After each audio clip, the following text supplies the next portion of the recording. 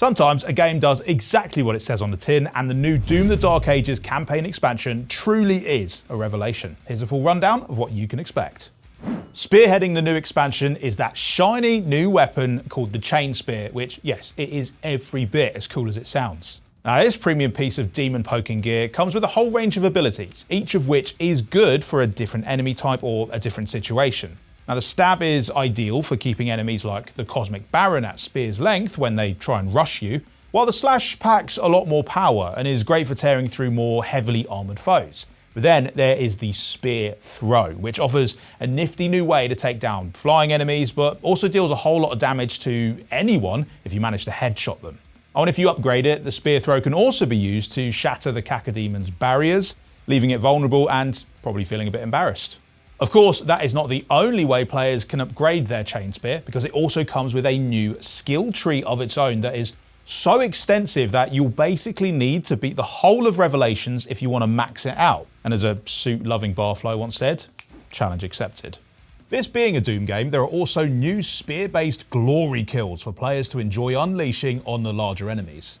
And the Chain Spear also makes a big difference to the way that you move in the Dark Ages, but to be honest, it's such a big difference that I'll probably just save that for later in the video. Oh, but don't worry, the Shield Saw is still here too, and you can quick switch between it and your spear.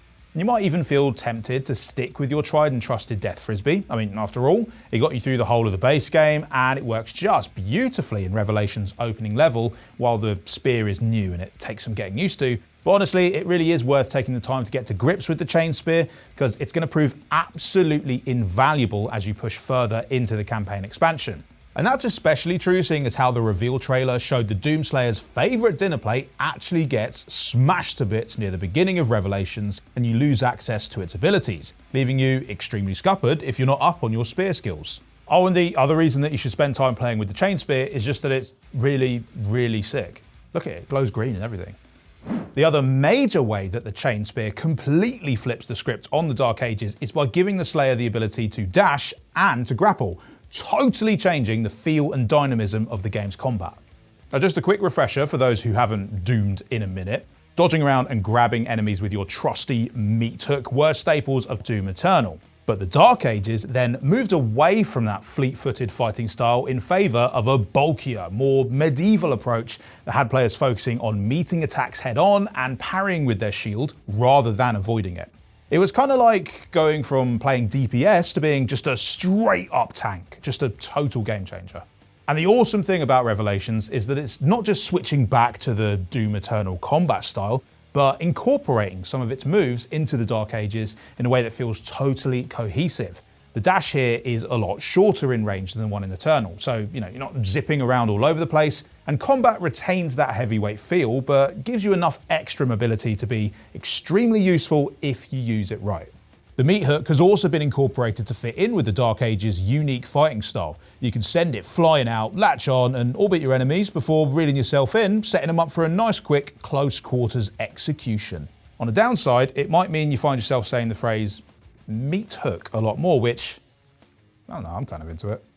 id Software mentioned that their original goal when they set out to make the modern Doom trilogy was to create 3 distinctive games with 3 distinctive gameplay styles, and Revelations really underlines what an incredible job they've done with that, highlighting how differently the Dark Ages plays, while also evolving its combat in a whole new way. One of the first things that I want to know about a piece of DLC is, how big is it?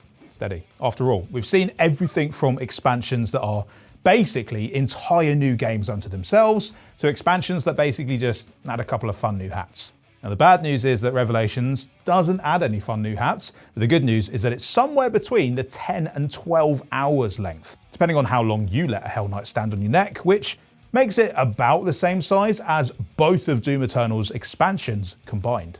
It's also worth noting that while you can play Revelations immediately, you will receive a warning letting you know that it is best to finish the Dark Ages main campaign first, as the narrative continues on from there. Your call though. Oh, while we're on the subject, what's the most impressive DLC you've ever played? Why don't you let me know down in the comments? I think I'd probably have to go for Phantom Liberty. Class. Anyway, speaking of Eternal, another place where you can see that game's influence in Revelations is that players get access to a central base that they can access levels from. It might not feel quite as homely as the Fortress of Doom, but the Purgatory is an extremely cool spot to hang out in. I mean, this isn't just going to be some static in-between space, but a living world featuring its own combat encounters and a bit of Metroidvania aspects, expanding as you progress through the game and you're able to access more areas. It's also full of secrets to discover, encouraging players to explore far and wide, which is something that actually applies to the rest of Revelations as well. Revelations represents some of id Software's very finest work when it comes to level design, with incredible maze-like levels that make exploring one of the most enjoyable aspects of the new expansion. You know, along with all the blasting demons in the face and stuff, but we always get that. There are just so many secrets and unlockable spaces to discover, and this time around they aren't marked, so the only way to find them is by hoofing it around and actually looking for yourself. But that's not to say that Revelations turns Doom into some sort of gentle wander around looking at stuff and pondering type of game. The blasting demons in the face aspect is still front and center, and even players who weathered the Dark Ages without getting their armor scuffed are going to find themselves put to the test here. The difficulty has been taken up a few notches from the base game, with the return of enemies like the Archvile and the Pain Elemental, as well as upgraded versions of the Hell Knights and a new wizard who makes Saruman look relatively friendly by comparison. Now, if you're a slightly more casual Doom enjoyer, then don't be too intimidated by all that, because Revelations still gives you access to all of the difficulty sliders from the Dark Ages base game, so you can tailor things to suit your vibe. After all, the number one rule when waging an eternal war against the forces of hell is have fun. But whatever difficulty you're comfortable with, you should definitely make an effort to learn all the new mechanics that Revelations introduces, like those various spear attacks and the meat hook, because otherwise you are really going to struggle with some of the later challenges. Of course, the thing about difficulty sliders is that they can go in both directions, and if you're looking for a truly hardcore Doom experience, Revelations also has you covered. Just flip them all the way over to the dark side, and you're going to find some of the enemies that you encounter are now nigh on unkillable, so good luck with that, mate. Okay, so you've made it all the way through Revelations campaign, you've bested the baddest of the bosses, and you've declared yourself victorious. You came, you saw, you doomed, you slayed. What now? Well, now it's time to get stuck into Revelations Endgame, and you'll be happy to hear that it is seriously robust. In fact, the developers at id estimate that about 60% of Revelations is taken up by the main campaign, and that other big juicy 40% is all Endgame, so plenty to chew on right there. For starters, beating the main game will open up the Master difficulty level, which will really separate the Doom boys from the Doom guys. It also opens up new paths, challenging new Slayer trials, and unlocks a range of new resources and upgrades to help you deal with all these new Hellions. You can toggle between the main game and the end game on the map, which is just super convenient, but it's once you've cleared out all the end game content from the main levels that things get really tasty as you get your hands on the Astral Key and you get to take on Revelation's Uber boss, which, no spoilers here, it is exactly as frightening though as it sounds.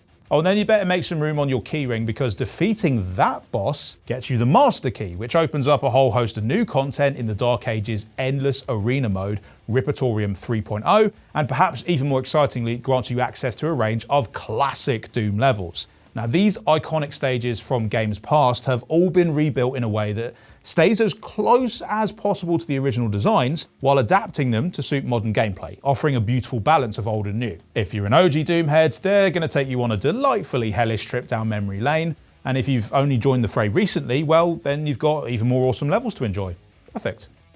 If you're the sort of sophisticated, highbrow gamer who plays Doom games for the story, well, you're going to find lots to enjoy in Revelations as well. Because not only does it tell a pivotal new chapter in the story and bring the Slayer's tale to a satisfying conclusion, while, still leaving things open enough for future slaying, of course, but it also provides plenty of opportunity for fans to dig really deep into the series' lore, especially those of you who are willing to do a bit of hunting around Purgatory, just by the way. There are cinematic ties to the 2016 Doom and a few nods that only those who studied the Sentinel Codex from Doom Eternal will appreciate. And all in all, Revelations feels like the game that ties the modern trilogy together and then also ties it all back to the original games too. Now, not to spoil anything, but there are elements here that are some 30 years in the making, so get excited.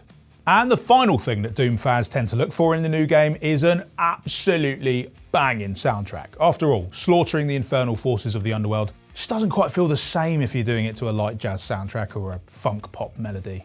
Regardless, Finishing Move have whipped up another brilliant score that expands on the music from the Dark Ages to ensure that Revelations offers exactly the same sort of overwhelming sensory experience that we've all come to love. There you go, Revelations is a true game changer, but I bet it won't be the only one we see in 2026, so make sure you subscribe and ring that bell for more upcoming looks at the biggest games of the year from us at Xbox On. Bye!